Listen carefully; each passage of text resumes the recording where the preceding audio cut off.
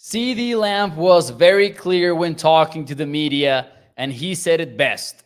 This is the most control that Dak Prescott has ever had on the Cowboys offense. And tonight, we'll talk about that. We'll talk about the first day with Pats for the Dallas Cowboys. And of course, there's a lot to say about the running back position tonight. So without any further ado, do me a favor, hit the like button, and let's get this show started.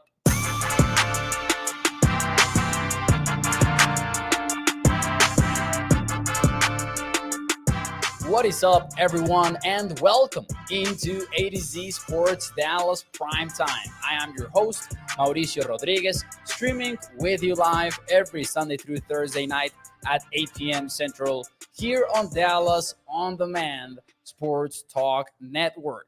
With a lot more content coming your way, make sure that you check out atcsports.com/Dallas. We have new articles up there every single day. And tonight, man, let me start by saying this.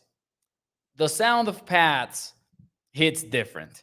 Man, you can see a ton of practice videos and get excited, but it's never the same until you actually hear the Pats and the helmets crash with each other and really hear that tune of football. And tonight we have some clips that we'll get to, by the way, later, specifically of really Micah Parsons just doing his damn thing on the practice field. Because I'll tell you, the offense is having a pretty hard time out there. At least they did on Monday in the trenches. I'm talking about the trenches specifically because it feels like the defensive backs are also having a hard time against in the perimeter. So it's maybe a little bit of both worlds in that sense. However, before we get into all of those clips, I did want to tell you that we have to talk about the CeeDee Lamb interview with 105.3 The Fan. Because let me take a second to shout them out because they did a fantastic job with that interview. You know, obviously the team at 105.3 The Fan is one of the best at it. And shout out to CeeDee Lamb himself because he was very open with them. And he right away, he was being super transparent about the offense. And he made some pretty interesting comments about the Cowboys offense and Dak Prescott's control of it. But before I get into all of that, do me a favor and hit the like button for me. Remember that every like puts this show in front of more and more Cowboys fans. And let me say hi in the chat. We've got Toxic Tom, we've got Lance, Mark, Aaron, we've got Holly, Katharina. Toxic Tom says people born on July 31st are weak people. Happy birthday, Moses, Katharina. Hey, every once in a while, the birthday gifts, the birthday wishes, are real in the chat. And this is that day. It's my birthday. Thank you, guys. Thank you to Toxic. Thank you to Katharina. Bruce also getting hyped in there in the chat. Toxic says today is actually Mo's birthday. For those of you who are new to the show, the chat pretty much wishes me a happy birthday every single day. But hey, this time it's really it. I'm turning 24 years old. Anyways, ladies and gentlemen, CeeDee Lamb and what he had to say to 105.3 The Fan, in my opinion, can be broken into several parts. First and foremost, he opened up with a warning, and this was one of the quotes that you saw the most out there on social media and on the media in general, because obviously it's a warning. It's almost a threat to other NFL defenses. So it will draw some clicks. It will draw some views. You understand why this is the headline that went viral. But in my opinion, it's not the most relevant one. Anyways, let's get to this portion of the show, though. The full quote, and you're going to see part of it on the screen, was Dak Prescott's very aggressive and the way that he wants to win, and he's looking the deep ball right now. And as you see today, he's out there. So if you're not going to back up, this is a warning to everybody. If you're not going to back up, then good luck. CeeDee Lamb said about Dak Prescott dealing that football down the field. And yes, that's going to draw viewers, as I said, it's going to draw clicks. It's CeeDee Lamb warning the other 31 NFL teams and maybe even the Cowboys' own defense. If you're not going to back out, you're going to regret it. Talking about how aggressive the Cowboys' passing game might look like and pretty much reinforcing what Mike McCarthy said last season, what Dak Prescott has said all of this offseason. Dak is not about to slow it down in the regular season. I know that we talk a lot about the interceptions from him last year, and maybe we do see some reduced risk by the Cowboys, but I don't see Dak Prescott cutting down on the aggressive throws all that much because that's who he is as a passer. And I say that as a positive, not as a negative, because some people will take it the wrong way, but I don't mean it that way. Ideally, what the Cowboys are able to achieve in 2023 is for him not to be in situations where he has to risk the football a lot, aka third and long. And the way you do that is probably running the football much fewer times in first down and second down when you are in neutral situations. That was just one part of the quote, though, and I want to get into what I liked the most. CeeDee Lamb said, "It is just a lot more simpler. All the offense is in Dak's hands now. It's not necessarily being called from Mike or Kellen since last year, but now it's all on Dak. However he's feeling versus the coverage. If he likes the matchup, he's going to call this play. If he likes whatever he likes versus zone, he's going to call that play." I think that is massive, honestly. CeeDee Lamb telling us that Prescott has much more control because the offense is in his hands now. And sometimes the offense is not going to call from Mike directly or Kellen Moore directly. And, it's going to be difficult to figure out what exactly that means. But to me, it just means Prescott is going to have so many more options when he walks up to that line of scrimmage, whether it's in setting the protection or calling the routes or the checks. It's not going to be as simple as this is the play and this is the kill play that you're going to get off of it. It feels like Prescott is going to have a lot more control at the line of scrimmage. And this ties very well to what McCarthy has said also previously in the offseason where he has been like, I want a quarterback to make the offense his own. Of course, I'm going to be the architect and the play caller and everything, but it's going to be the quarterback's offense. And it really, really points an emphasis, in my opinion, to McCarthy's biggest strength. And then I'm going to get into Prescott's biggest strength too here in a second. But McCarthy's biggest strength, in my opinion, is the understanding of the QB position.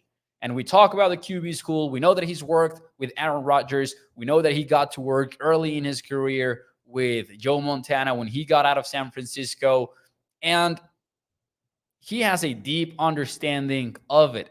I have mentioned before that JT O'Sullivan, the host of the QB School channel, former NFL quarterback, has this in-depth course in pass protection of X's and O's. And he also talks about it in certain YouTube videos. And he has mentioned that the way that he thinks about pass pro from a QB perspective, even though he was in many different NFL teams, is always the way that Mike McCarthy thought it and went about it. So I do think that it all makes a lot of sense. And we're going to see a Dak Prescott that's going to be at the wheel of the Cowboys offense. And man, we have not even gotten to what, in my opinion, was the best part of CeeDee Lamb's quote. Let's do it right now. And then I'll get to the comments again. CeeDee concluded, "This is the most in control of the offense that I've seen Dak. Going to the line of scrimmage, us as receivers, we know the other 2 or 3 options that he has to change to. I feel like that opens up the game. That opens up Dak's mind, and he doesn't feel so closed off." I will leave it to your interpretation to think or assume that CeeDee means that at times he did feel closed off in the past. Maybe that will be up to everyone to think about, maybe. I don't think this is a shot, though, at Kellen Moore or anything like that. It's just really driving home the point that the Cowboys are going to tap into Dak's biggest strength like they never happened before or at a higher rate than they had before. And that is his mental processing, his intellectual part of the game for Dak Prescott, because that's always been, in my opinion, what he is the best at. And think about it. Prescott is pretty good in pre-snap reads and even post-snap reads. When you look at different analysts and what they say about Dak Prescott, Kurt Warner has talked about it. Nate Tice from The Athletic has talked about it. What everyone praises, the Ringer QB rankings did as well, is Dak's mental processing, the way that he looks at the game. And giving him all of that control is going to be very cool to watch. Now, in a similar note, and we've talked about this before on the show, maybe from a different point of view, but I wonder if the Cowboys offense becomes a little bit more static. And we are at a point in NFL history where motion is automatically considered good. And I think that's because of the Shanahan coaching tree, where they have shown NFL teams that, you can use motion to really put the stress on defenses. And of course, it's not anything new that they came up with, but we're just seeing it with their wide zone schemes in the passing game. The Rams did it at a very high rate with Jared Goff, and I mean, they still do it. The 49ers do as well with all of their eye candy. And we've thought that, hey, motion is always good. But I wonder if Prescott looks at this from a similar perspective to another former Mike McCarthy quarterback, Aaron Rodgers, where maybe he preferred to have the defense his offense be static, so that he in turn got a static picture of the defense and maybe found a way to pick them off in a much more efficient way.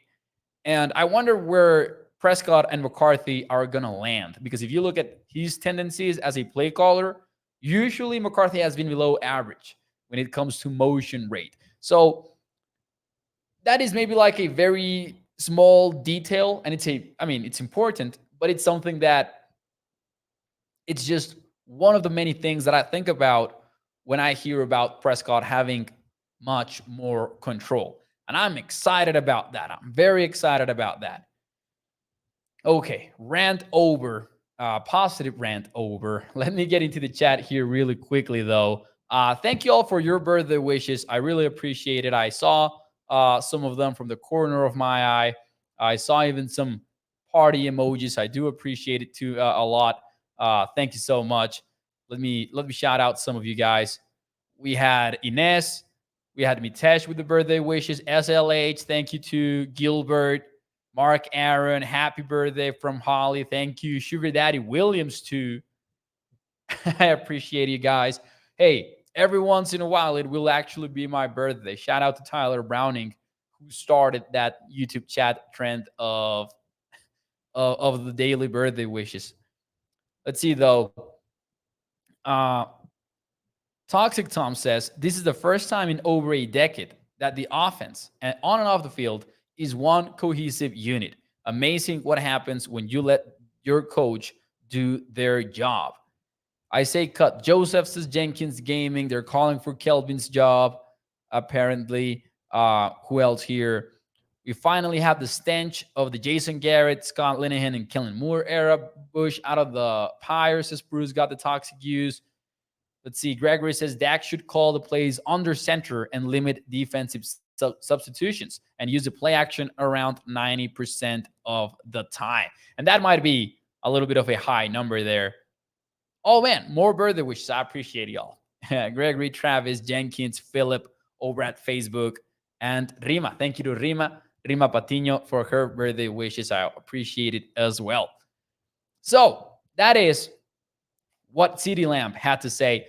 Again, if you have not heard this interview, I do recommend going to listen to it on the 105.3 Odyssey website. That's where I listened to it. Man, it is worth the listen. They did a fantastic job interviewing CeeDee, and CeeDee was also very open. There's more things that he talks about, including Stephon Gilmore arriving at the team and much more. So I do recommend checking that out. Anyways, let's move on, though, to what happened on Monday, because the pads came on and there were hits flying around in training camp. There was not really a fight. There was some pushing around though.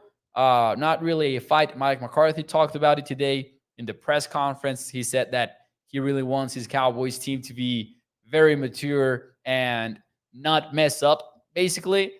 But man, in my opinion, and I will agree, I will admit it's a very limited opinion because I'm limited to the videos posted on Twitter, basically. So I'm not there in Oxnard, but it sounded like a day that the Cowboys pass rush dominated. And as we've done over the last few days here, we have some clips to look at. And tonight, the theme of these clips is Micah freaking Parsons, who can't be stopped, won't be stopped unless the Cowboys bench him, maybe in practice, at least so the offense can get some work done. Because I've seen some insiders suggest that since Micah, and this was from David Hellman, I believe, he tweeted out, man, since Micah arrived at the Cowboys, if they didn't blow the whistle, maybe the Cowboys would have gotten like a total of 12 plays.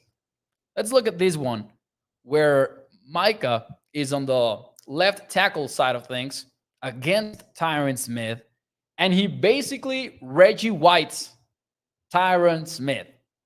Think about that. Because sure, he did the Reggie White thing against Mike McGlinchey from the 49ers. That's all fun. But how do you do that against somebody of the size of Tyron, somebody of the strength of Tyron? Let's watch the clip here real quickly. And as usual, volume alert. This is a clip from practice, so it might be a tiny bit loud. I just want to give you 1 or 3 seconds for you to get in position in case you need to lower the volume or anything like that, or if you are wearing headphones, for you to do whatever you need to do. Let's watch the clip.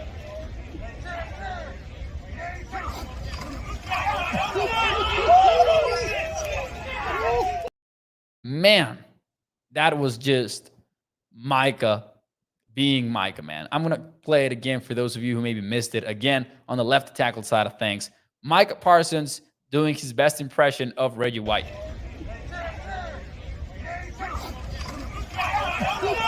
Out of here. Man, that's crazy. That's crazy from Micah. That was not the only play, though, that Micah got as a highlight, or the second play or the third play. We'll see much more. This, by the way, previous play via Bobby Belt from 105.3 The Fan, who was a part of that interview with CeeDee and who is one of the best in the business covering the Cowboys. The following one is from John Machota from The Athletic versus Terrence Steele this time. So we're talking starters here. Last week, we saw some impressive clips, but there were no pads on, and it was Chuma Edoga. Now, Micah is putting the starters on blast. Here we go. Micah versus Steele.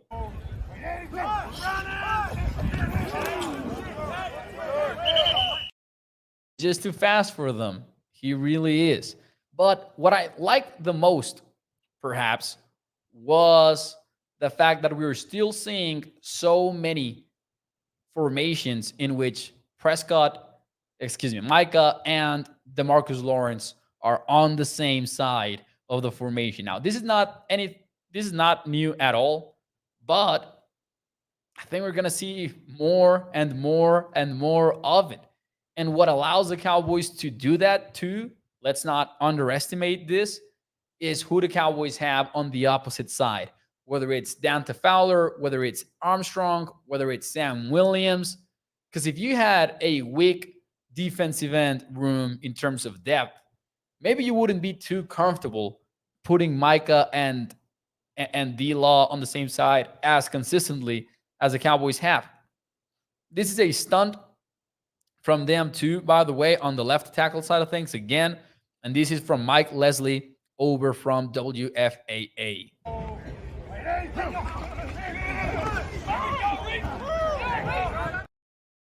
That sack was for D-Law technically, but it's one of those stunts where, I don't know what you do if you are a defense looking at the situation. How do you block that up? Micah and D-Law running a stunt on the same side. And then I don't know who's the defensive tackle in that. Let me try to figure that out here really quickly. And I think that was a NASCAR front actually with more than two defensive ends. So more to the point, right? More to the point. One more Micah Parsons play, and then I'll move on to the chat and the next topic, which is the running backs conversation. This is a tackle for loss in the running game, so this is not pass rush. But look at Micah passing through Tyron and Michael Gallup, who's kind of like attempting kind of like a crack block, but or a chip at the very least. But there's just nothing doing for the Cowboys on this play because Micah is out there breaking stuff. Look at it.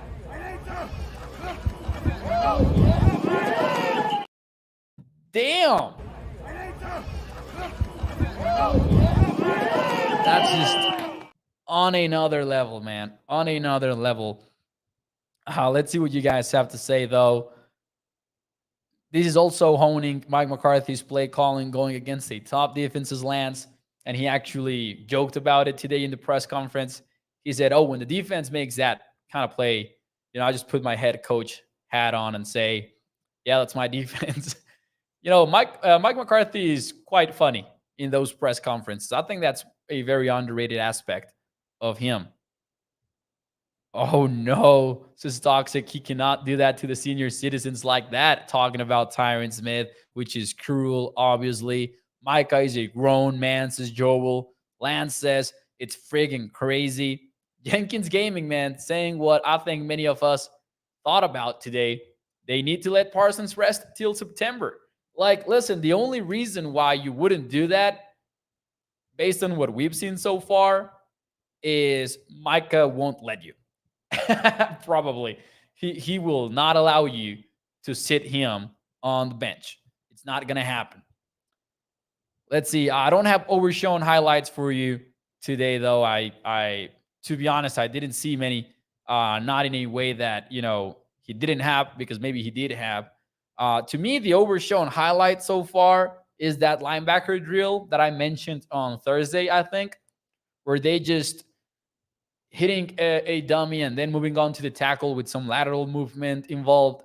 And overshown just looks way faster than LV, Clark, Jabril Cox, Devin Harper, Malik Jefferson. Overshown easily looks like the quickest one, but I don't have that clip for you loaded up, so sorry about that one. Anyways, before I get out of here, though, ladies and gentlemen, because I do need to get out of here in a few minutes, let's talk about the running back situation, because there's two bit of news that I would like to put on the table.